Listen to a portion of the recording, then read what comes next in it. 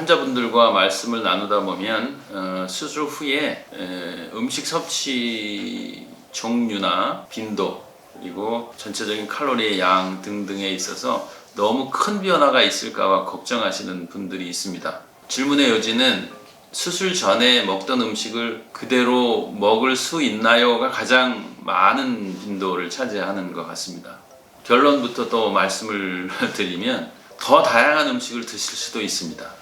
그러나 양에 있어서는 수술 전과는 차이가 나는 정도의 양을 드시는 게 맞습니다. 그 이유를 말씀드리면 비만대사 수술이라는 거는 원래 디자인이 될 때 디자인의 근거로 삼았던 게 가장 중요한 기전이 섭취 제한입니다. 섭취 제한. 그렇다는 얘기는 드시는 양을 줄이기 위한 방법을 강구했던 것이 초기 비만대사 수술의 목적이었습니다. 거기에서 조금 진화한 것이 조금 드시게 되더라도 그 다음에 위장관에서 흡수되는 양을 최소화시키는 것이 그 이후에 추가된 그런 기전입니다. 그러니까 섭취 제한은 어떤 비만대사 수술에 있어서도 항상 기본이 되는 내용입니다. 그런 백그라운드에서 보면 수술이 제대로 됐다면 수술 전보다 적은 양을 드시는 것이 수술이 잘 된 거죠. 그래서 수술 전과 같은 음식을 섭취할 수 있나요? 라는 질문을 받았을 때 더 많은 종류의 음식을 드시는 것은 가능합니다. 그러나 수술 전보다 드실 수 있는 양 자체는 줄어듭니다 라고 설명을 드리게 됩니다.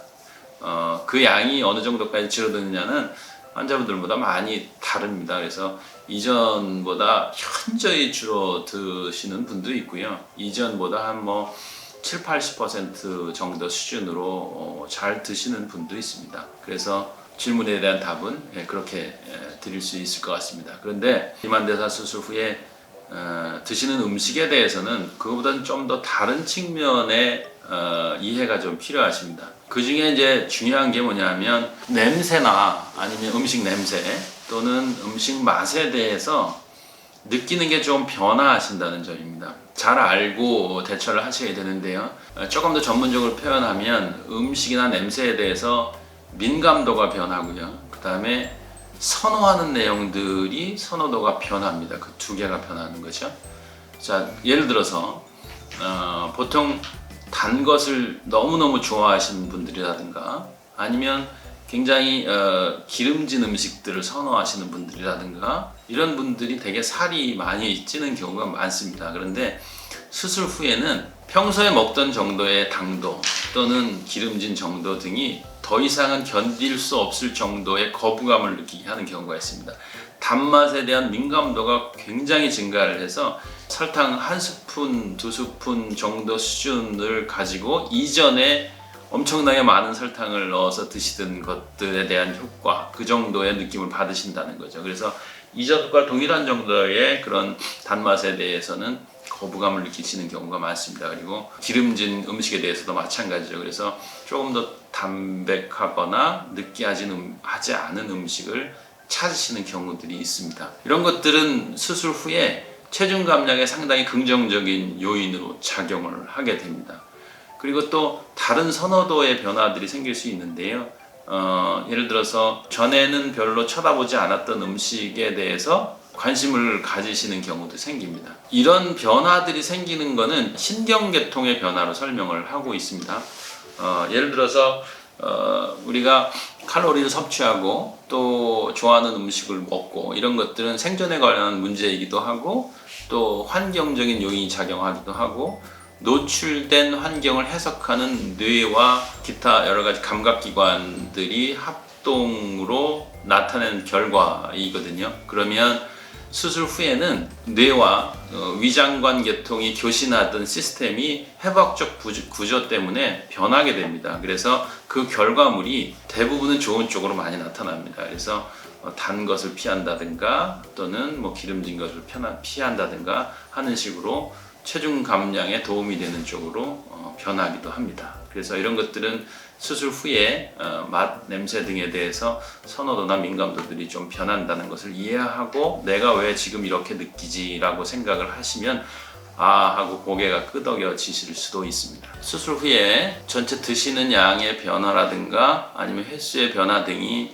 수술 후에 의도했던 해박적 구조 변경 때문에 일어날 수도 있지만 수술 후 신경계통의 변화에 의해서 나타날 수 있다는 점은 이해를 하시는 것이 좋습니다. 그래야지 내 몸이 이상해졌어라고 단순하게 평가를 하지 않고 이것이 긍정적으로 작용할 수 있다고 생각하실 수 있게 됩니다.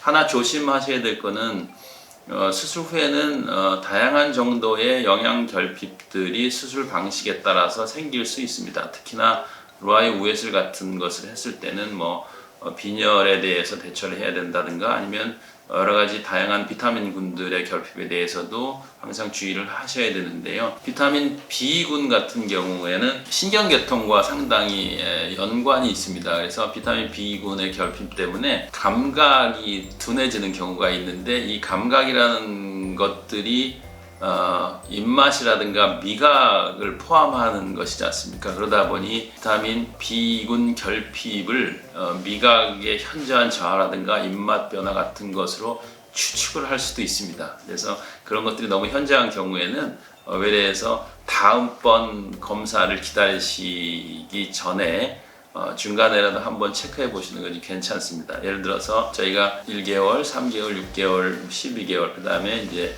12개월씩 이렇게 추적을 하게 되는데 그 기간 언제라도 이런 현저한 미각저하라든가 입맛 변화가 너무 심하면 내가 비타민 B군 결핍이 와 있을 수도 있구나라고 생각하시는 것도 좋은 방법 중에 하나입니다. 그래서 정리를 하면 수술 후에 수술 전 음식을 그대로 먹을 수 있나요? 라는 질문에 대한 답은 그렇지는 않습니다. 첫째, 끼니 숫자, 그 다음에 식사 시간, 종류들이 많은 변화가 있게 되고 특히나 종합적으로는 한 번에 드시는 양은 현저히 줄게 되는 건 맞습니다. 그리고 그게 수술의 목표이기도 하고요. 근데 그런 배경에는 뇌와 위장 관계에 교신하는 호르몬 계통의 변화와 신경 계통의 변화 때문에 미각과 기타 입맛의 변화 때문에 그런 것들이 발생할 수 있다고 설명이 되니까 그렇게 이해하고 받아들이시면 된다 정도로 말씀드리겠습니다.